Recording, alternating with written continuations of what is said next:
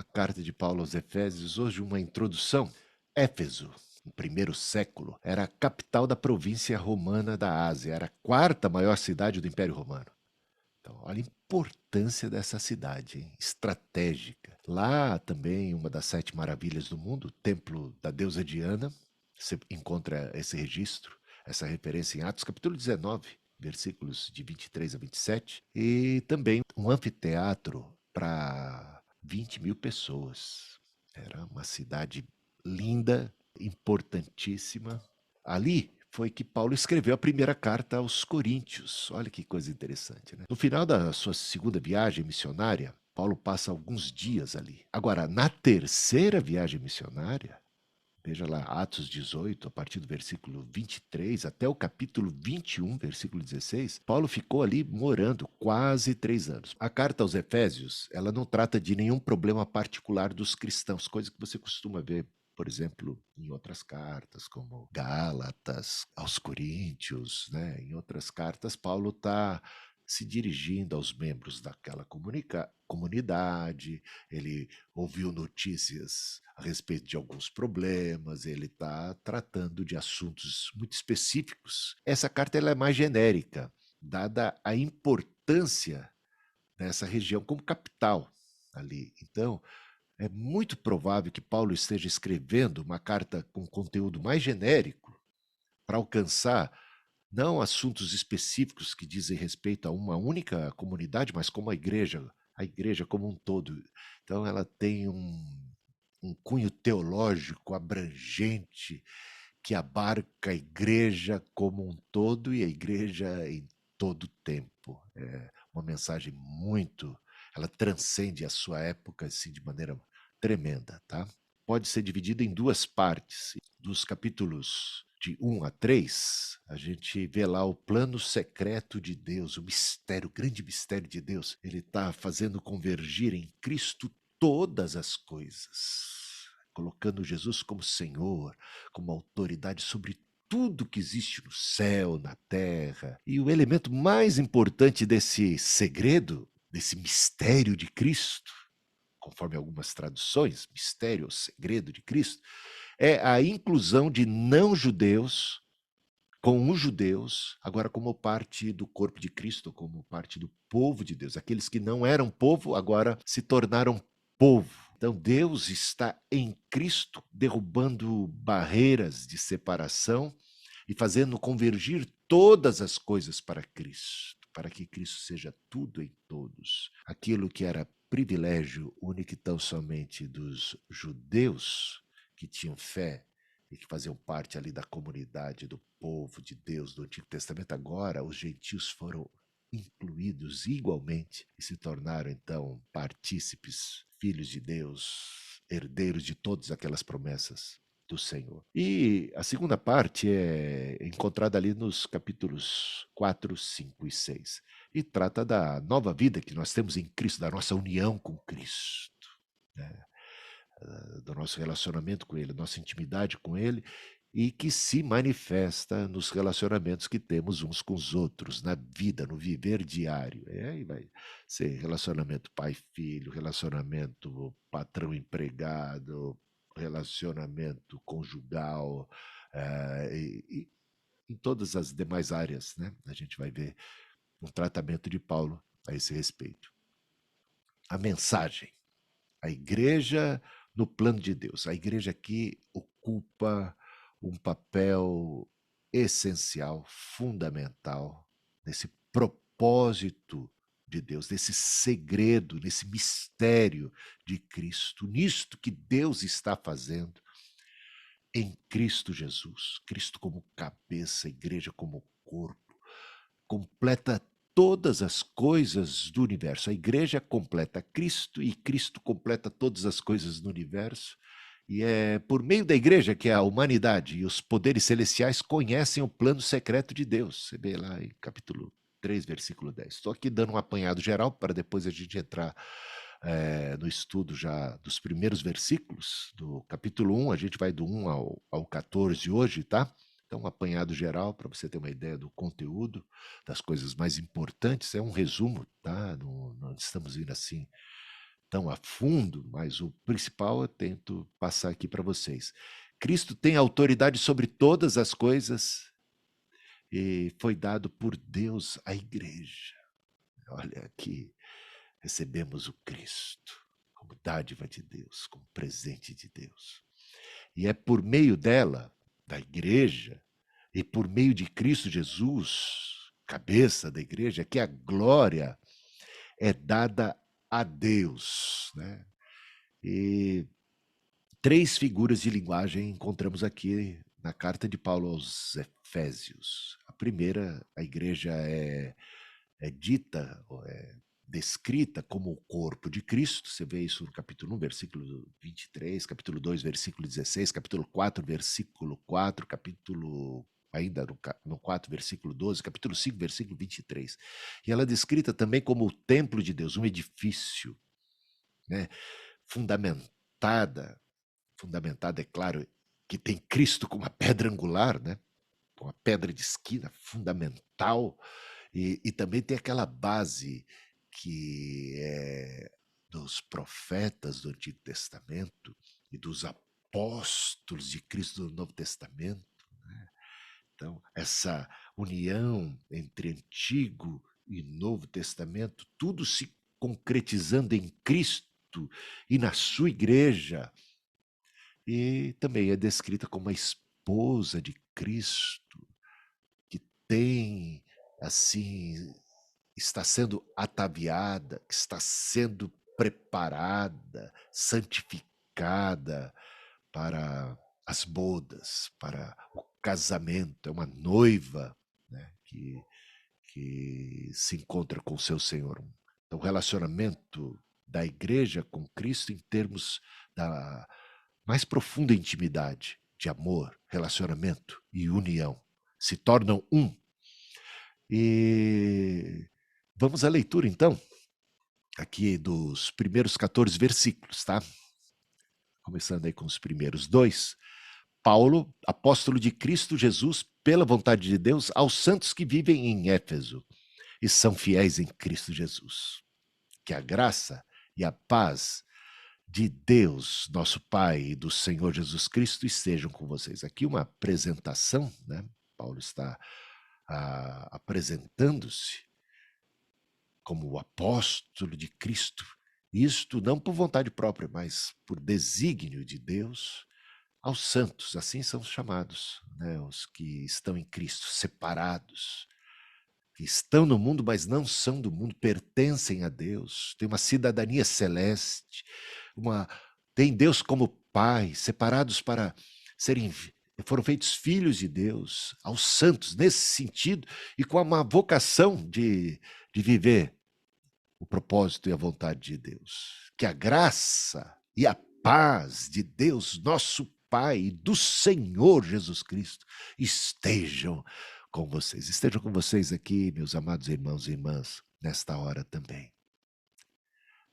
Que bênção já recebemos no início. Agora, a partir do versículo 3 até o 14, é o que nós vamos estudar mais especificamente, né? Eu vou fazer a leitura e depois vou a algumas considerações, tá? Que eu julgo muito importantes para o entendimento da riqueza dessa mensagem que temos aí nos primeiros versículos. Bendito seja o Deus e Pai de nosso Senhor Jesus Cristo, que nos abençoou com toda a sorte de bênçãos espirituais nas regiões celestiais em Cristo. Antes da fundação do mundo, Deus nos escolheu nele para sermos santos e irrepreensíveis diante dele em amor. Bendito seja o Deus e Pai de nosso Senhor Jesus Cristo, que nos abençoou com todas as bênçãos espirituais nas regiões celestiais em Cristo. Antes da fundação do mundo, Deus nos escolheu nele para sermos santos e irrepreensíveis diante dele. Em amor nos predestinou para ele, para sermos adotados como seus filhos por meio de Jesus Cristo, segundo o propósito de sua vontade, para louvor da glória de sua graça, que ele nos concedeu gratuitamente no amado. Nele temos a redenção pelo seu sangue e a remissão dos pecados, segundo a riqueza da sua graça, que Deus derramou abundantemente sobre nós em toda sabedoria e entendimento. Ele nos revelou o mistério da sua vontade segundo o seu propósito, que ele apresentou em Cristo de fazer convergir nele, na dispensação da plenitude dos tempos, todas as coisas, tanto as do céu como as da terra. Em Cristo fomos também feitos herança, predestinados segundo o propósito daquele que faz todas as coisas conforme o conselho da sua vontade, a fim de sermos para louvor de sua glória, nós, os que de antemão esperamos em Cristo. Nele também, vocês, depois que ouviram a palavra da verdade, o evangelho da salvação, tendo nele também crido, receberam o Espírito Santo da promessa. O Espírito é o penhor da nossa herança, até o resgate da sua propriedade, em louvor da sua glória.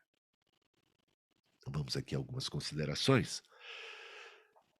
Falando de um tema que a gente poderia estabelecer para esses versículos que vão de 3 a 14, um título apropriado seria esse: o propósito eterno de Deus e todas as bênçãos que temos em Cristo. Hein? Notar aqui, nesse trecho, alguns termos, né, como beneplácito em algumas traduções, propósito, né, significa propósito, resolução deliberada e beneficente de Deus. Veja aí que aparece esse termo nos versículos 5 e 9, como acabamos de ler.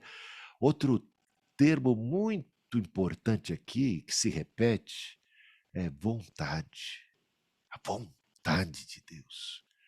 Veja o versículo 5, 9 e 11, com cuidado mais uma vez, e você vai ver. Propósito, veja só, propósito beneplácito. Parece vontade, desígnio de Deus.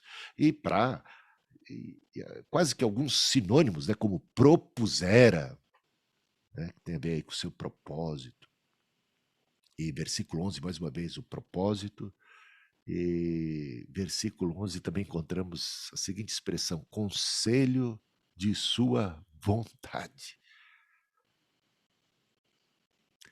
Notar também os termos como nos escolheu, e para o que fomos escolhidos, né? Nos escolheu para, versículo 4, nos predestinou para, e a gente vai atentar aqui para o propósito dessa escolha, dessa vocação, desse destino que Deus tem para a igreja. Deus nos escolheu, está no plural, escolheu um povo, escolheu salvar pessoas, incluí-las neste corpo, nos escolheu em Cristo, nesse cabeça, nesse Salvador, com o propósito de sermos santos, irrepreensíveis, de vivermos para Ele, de termos comunhão com Ele, de termos uma missão, uma vocação nesse mundo, de sermos como o corpo de Cristo, o templo do Espírito Santo, de Deus, e a esposa de nosso Senhor Jesus Cristo. A fim de sermos também, olha, a fim de sermos, ou para, essas expressões para e a fim de, né, com propósito de, a fim de sermos para, versículo 12. Então, todas essas frases denotam o quê? Propósito, plano, objetivo, que tem a ver com a vontade, com esse beneplácito, com isso que está lá no coração de Deus, porque Deus amou o mundo de tal maneira, porque Deus veio em Cristo buscar e salvar o que estava perdido e tornar agora filhos de Deus e parte da família aqueles que não eram até então parte deste plano, desse corpo, dessa família, né? E outros termos que encontramos que são muito significativos aqui, veja a expressão de eternidade a eternidade, antes da fundação do mundo. No versículo 4, né? No versículo 10, plenitude dos tempos. Deus opera todas as coisas segundo o seu plano perfeito. Toda a história, todos os homens, tudo que existe nos céus e também na terra, estão incluídos nesse propósito bendito de Deus. Veja lá o versículo 10. Notar também outros termos como tal propósito, né, é cumprido, todos esses propósitos, esses planos, essa vocação, essa predestinação, essa eleição, todas estas bênçãos, tudo se cumpre em Cristo. Ele é a porta, ele é o ômega, ele é o sim de Deus, ele é o caminho, a verdade, a vida, ele é o pão vivo, ele é a luz, ele é a vida, ele é a salvação. É em Cristo que recebemos o Espírito, somos selados. Cada bênção concedida aos homens encontra-se em Cristo Jesus, nele. Veja isso no versículo 3. Estamos falando apenas dos versículos que vão de 3 a 14, lembre bem. Veja lá, no versículo 3, no versículo 4, no 5, no 6, no 7, pulo 8, no 9, no 10, no 11, no 12 e no 13. Apenas nos versículos 8 e 14 é que nós não encontramos uma referência destas bênçãos, deste propósito, focando que tudo isso se dá, se cumpre, se realiza, se obtém, está em Cristo Jesus. Nele, porque dele, por ele são todas as coisas. A ele a honra e a glória. Digno é o Cordeiro que foi morto de receber o poder, a riqueza, sabedoria, tudo mais. Ele é o Cordeiro de Deus que tira o pecado do mundo. Ele é o Salvador e a vida. Outros termos que chamam a nossa atenção aqui, em relação aos homens, o propósito de Deus é bem prático, que eles sejam para o louvor da sua glória. Versículos 6, 12 e 14 tratam desse tema. Deus nos criou para o louvor da sua glória.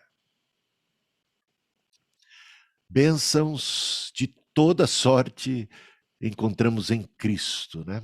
Veja só, versículo 3. Nos tem abençoado com toda sorte de bênçãos e graças espirituais em Cristo Jesus, nas regiões celestiais. Aqui, nos tem abençoado, no grego, é um particípio que pode se referir a uma ocasião específica no passado, quando aquelas bênçãos foram recebidas pela primeira vez, seja pela nossa conversão, pelo nosso batismo, ou quando Jesus as trouxe aos homens ali na cruz, né? Então, seja de uma forma ou de outra, ou numa composição dessas dois fatores tão importantes, a verdade é, temos sido totalmente, plenamente abençoados em Cristo Jesus. Nas regiões celestiais, né?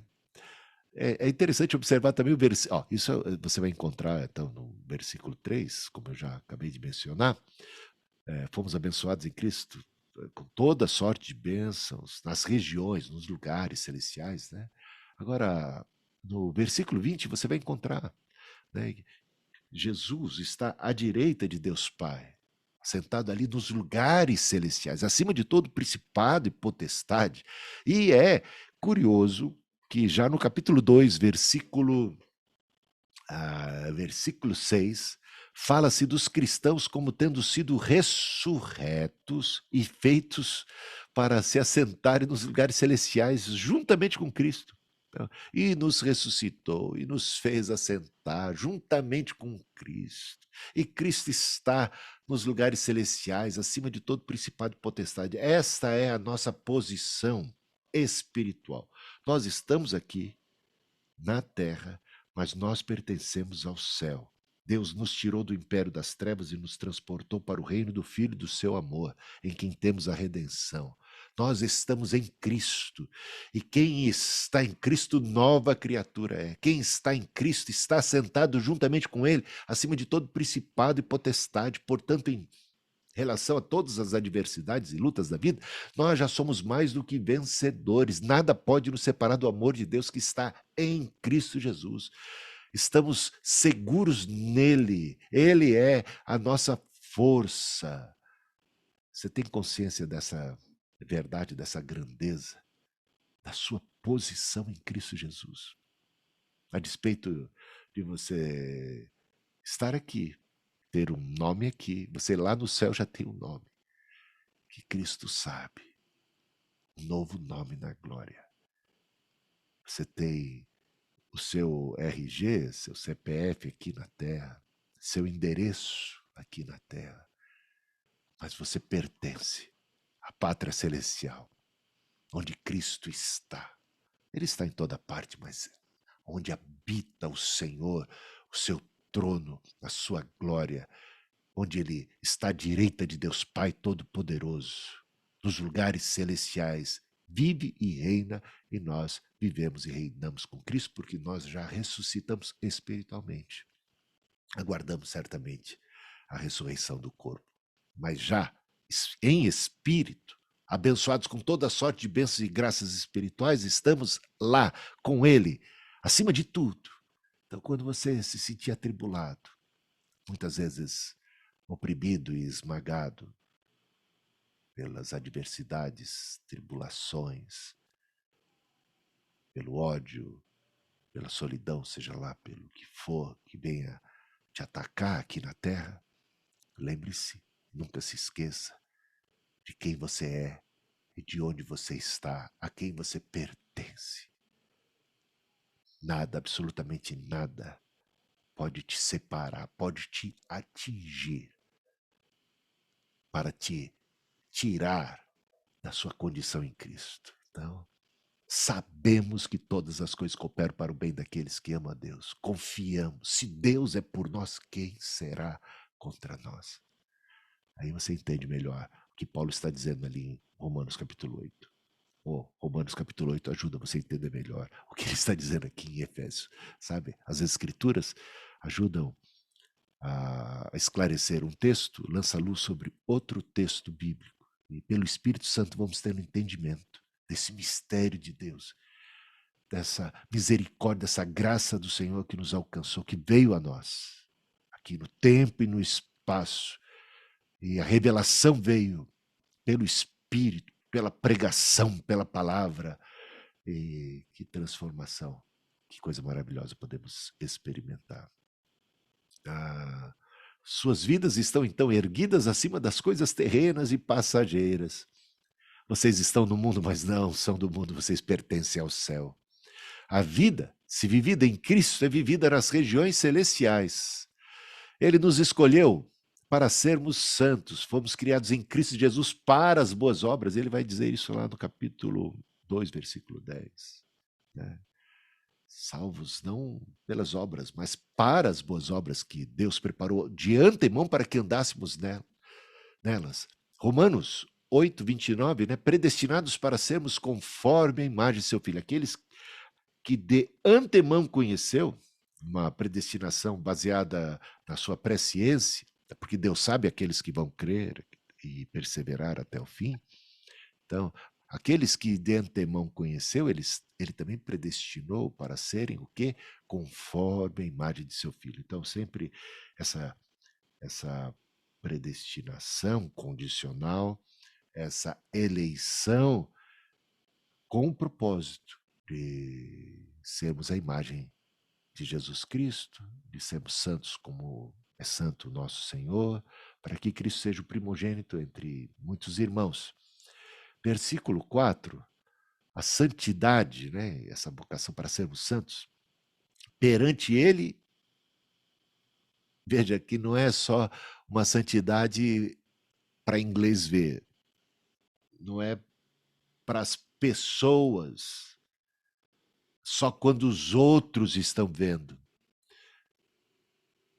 O Senhor está vendo, é perante Ele.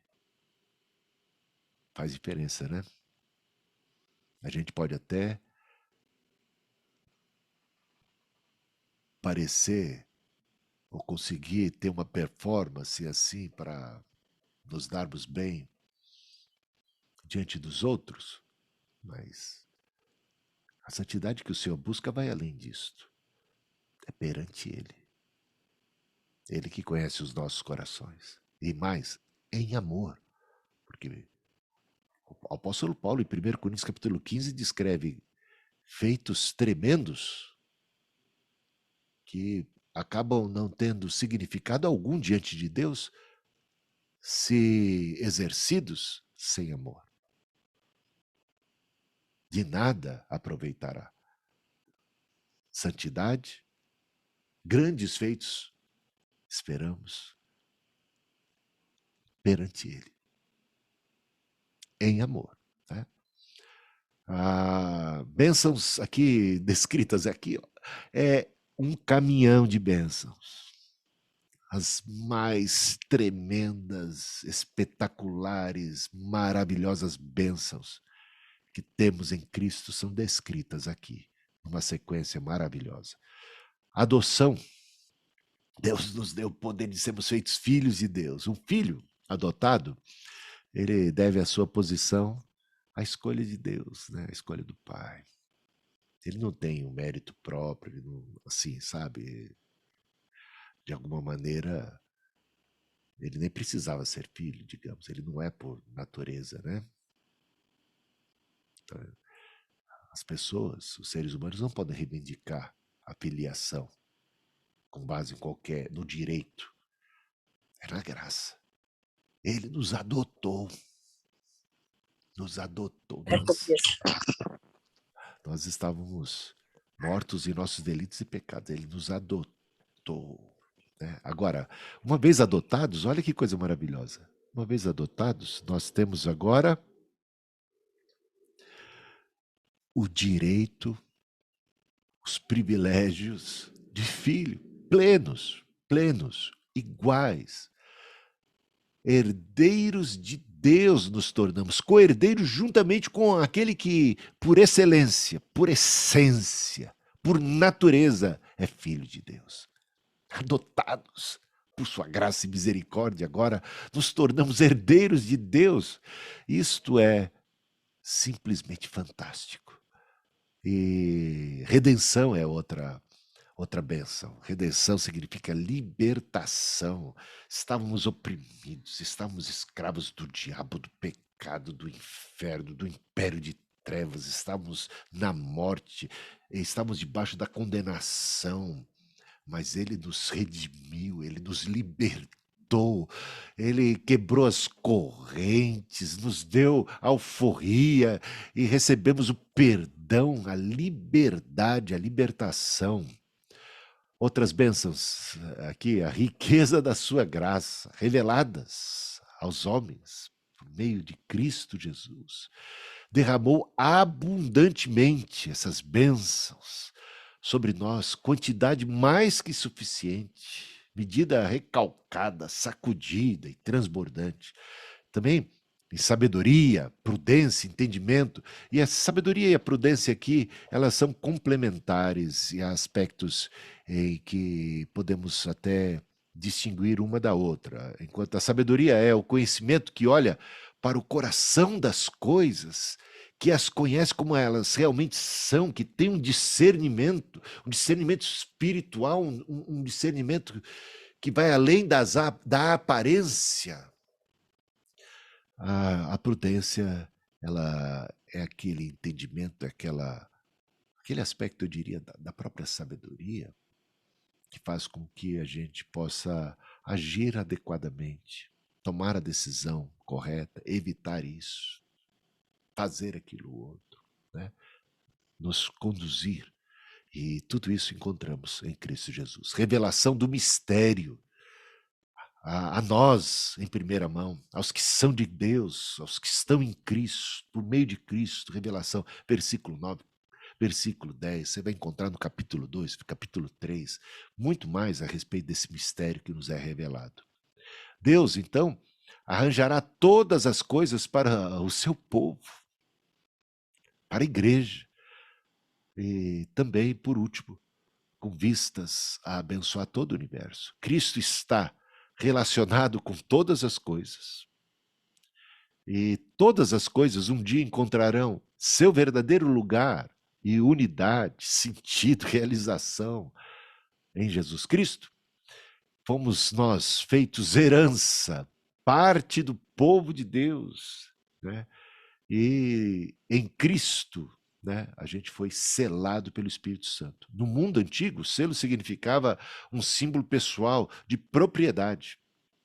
Alguém que queria garantir, essa carta é minha. Então, um rei, uma autoridade, ele colocava ali o seu anel, o seu selo, carimbava aquilo de modo a dar àquela carta a sua autenticidade, né? Servia também como garantia. Garantia. Então, é uma prova cabal de quem nós somos em Cristo, de que nós pertencemos a Deus, a nossa autenticidade como filhos de Deus, da nossa segurança interior. O Espírito testifica com o nosso espírito que somos filhos de Deus. E é uma antecipação também, já é primícia, os primeiros frutos, já é um antegozo do céu, já é aquele gosto da presença, do conhecimento de Deus. É claro que ainda numa condição preliminar, digamos assim, é um tira-gosto de tudo aquilo que nós vamos ter na plenitude dos tempos, por ocasião da segunda vinda de Cristo, quando recebemos a ressurreição, corpo mortal, incorruptível, e nesse dia o conheceremos como ele realmente é, o veremos. E começaremos um processo infindo de nos aprofundarmos no conhecimento e no saber, e nos mistérios de Deus e da sua comunhão e tudo mais, né? Agora já temos as primícias, os primeiros frutos, fruto do Espírito. É como um anel de noivado e de compromisso, é uma garantia.